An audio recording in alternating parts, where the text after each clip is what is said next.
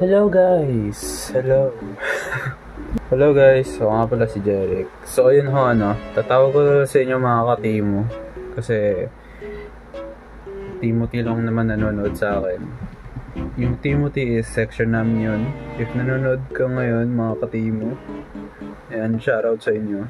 Ngayon is gagawa tayo ng isang topic na video kung saan anong reflection ko after 6 months of vlogging. Kasi matagal na ako nag-vlog 6 months na ako nag-vlog and very consistent ko. Ewan ko, tinutulungan ako ng YouTube, pero nag-hit na yung channel ko na tumataas na siya nagkakaroon na siya ng mga viewers and yung mga subscriber ko, which is mga klase ko. Ayan, nanonood kayo, salamat sa panonood at kung thank you sa suporta at alam kong mahal na mahal ko kayo.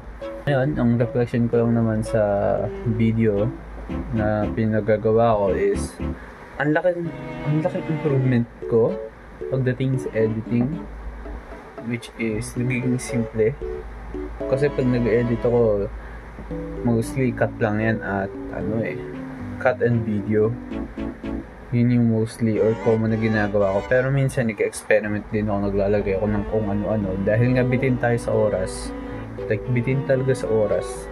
Wala akong time para makapag-edit ng bongga. Tulad nung editing ko sa ayan. Wala akong time. Kasi inedit ko yan around 3 days or 4 days inedit ko. And if gagawin ko yun sa daily vlog, hindi ko siya kayang gawin, hindi ko siya kayang i-cover. Pero if bibigyan man ako ng panahon or budget para doon, like kumikita na tayo ng pera dito sa YouTube, ipapalaran, siguro mas mataas siguro yung gagawin kong effort kapag nag-edit ako. Pero ngayon is parang cut and music muna. And also, nag-improve din sa akin yung pagsasalita ko ng normal.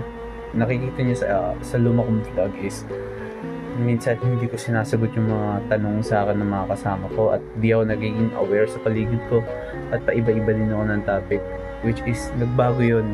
Ang grabe, nagbago yung mga paano ako magsalita, paano ako mag-deliver ng message. Ayan, sa camera, paano din magsalita sa camera, naging more confident ako sa sarili ko. Gusto ko talagang i-push tong content creator.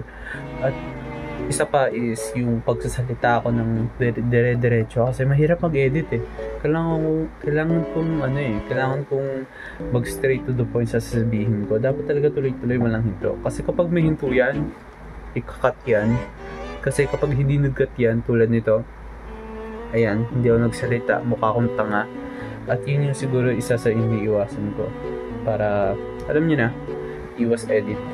Isa pa is nawalan ako ng hiya sa public.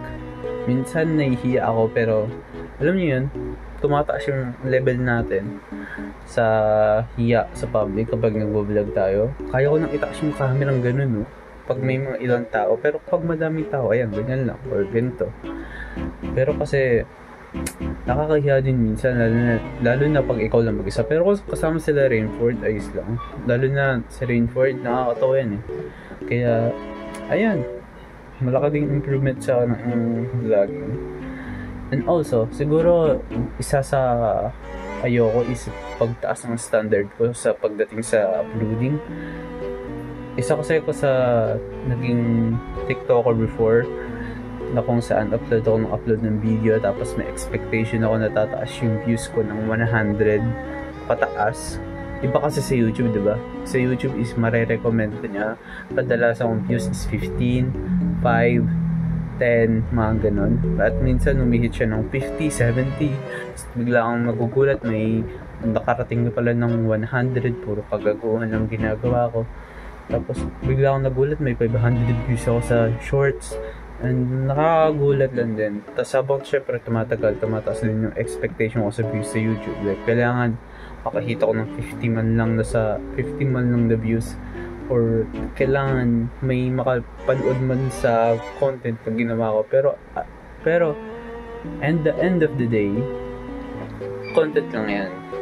Kaya kong balikan yan kapag naboboard ako. At isa rin reason ba't ako nagbablog, because passion.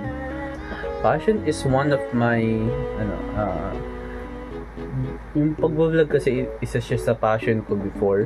Nagbablog na ako dati at hindi ko kayang mag-vlog noon kasi hindi kaya ng budget ng cellphone ko or hindi kaya ng cellphone ko mag-vlog, lalo na yung editing. As in, umiinit talaga siya na parang kawali na nakabukas yung stove. Kaya ang init kapag nag-edit ako, tapos hindi ko alam paano ko nakakapag-upload nun. Tapos grabe talaga. Tapos ang internet pa namin nun is, I think, smart. Ang pakabagal nung or load lang ata ginagamit ko nun pang upload. Tapos ang bagal, like kailangan ko maghintay ng 1 oras para makapag-upload ng 3 minutes video na vlog. Ayan, papakita ko na lang sa inyo. Ayan yung mukha ko dati nung nag-vlog ako. And siguro isa yon sa reason ba't ako nagpapatuloy na mag-vlog, kasi isa siya sa passion ko before at gusto kong buhayin ulit. And yung nakita ko yung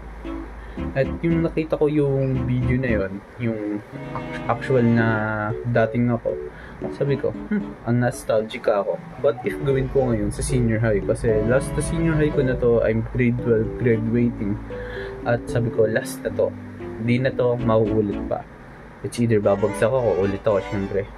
Ayokong bumagsak, ayokong maging babagat. So, anong gagawin ko para manatili ako sa grade 12 na ako, na kung saan kapag nadadown na ako sa sarili ko na hindi ko na kaya, kahit may mapapanood ako na sasabihin sa sarili ko na eto ang dating ako, eto ang gusto ko, etong pangarap ko. So yun, nagsimula ako ng vlog kahit nahihiya ako ng una. Tapos sila Rainford ng kasama ko, si Justine, tapos si Lawrence. Tapos sabi pa ni Justine, hindi bagay sa'yo maging vlogger, which is binibiro niya lang ako. Supportive si Justine, alam ko. Hanggang sa bigla akong tumigil mag-vlog kasi busy ako sa exam. Tapos after ko maging busy sa exam is nakausap ako ni Lawrence. Sabi ni Lawrence, pinanood niya daw yung mga vlog ko, which is natuwa ako kasi may nanonood pala sa channel ko. But may nanonood naman sa inyo, malamang sila Maria, ayan, nanonood kayo. Pero si Lawrence, nung kinausap niya ako personal sa labas kasama si Dexter, sabi ni Lawrence, pagpatuloy mo lang yan, ang ganda ng ginagawa mo. Then in-explain ko sa kanya, which is in-explain ko sa inyo na ganun niya, na yan, this channel is all about sa mga katimoti, ayan. Nakakatawa lang din kasi kayo is parang pamilya na kayo sa pagsusuporta nyo sa akin, especially Mariel, Jaika, Bea, and the others. Yan, si Arvin, yung mga payo tips niya, and nakakaano lang kasi man, kaklase ko yung mga yun. Tapos ang lalaki ng mga supporter nila. Kasi before is nag-vlog di mga ako, and hindi ka supportive yung mga classmate ko dati. Kaya ayun, I stopped. Kulang sa budget, walang masyadong support. Pero nagkakaroon ako ng kaunting community sa channel ko. Actually isa ako sa naging ni Bibuyog, early subscriber ni Bibuyog bago siya mag-hit ng 1 million, which is ito yung mga comment, ayan. Kaya kung kaya ni Bibuyog na mag-hit ng 1 million kasi nasa content creator siya, kaya ko din kaya. Ewan ko if nanonood ko dyan, Eric, ngayon, if pinapanood mo to siguro 5 years from now, is sikat ka ba? O kaya kumikita ka ba sa YouTube? Or ano kayang trabaho mo ngayon? Kasi 5 years from now, graduate ka na ng college or nagtatrabaho ka na ngayon. If hindi ka man graduate ng college, ayos lang yan, or kaya na-hit mo na yung YouTube channel mo, proud ako sa'yo. Ano man maging result ng kinalabas ng 5 years, pero pagpatuloy mo lang, Jeric, at yun lang siguro. Salamat sa nanood. Time capsule lang to, at gusto ko namang gusto ko lang magpasalamat sa mga sumusuporta sa akin, kasi nakaka-touch din minsan, at hindi ko masabi personal sa kanila na thank you, kasi nahihiya din ako, magiging awkward yun, pero thank you guys sa support, at yun lang, bye bye.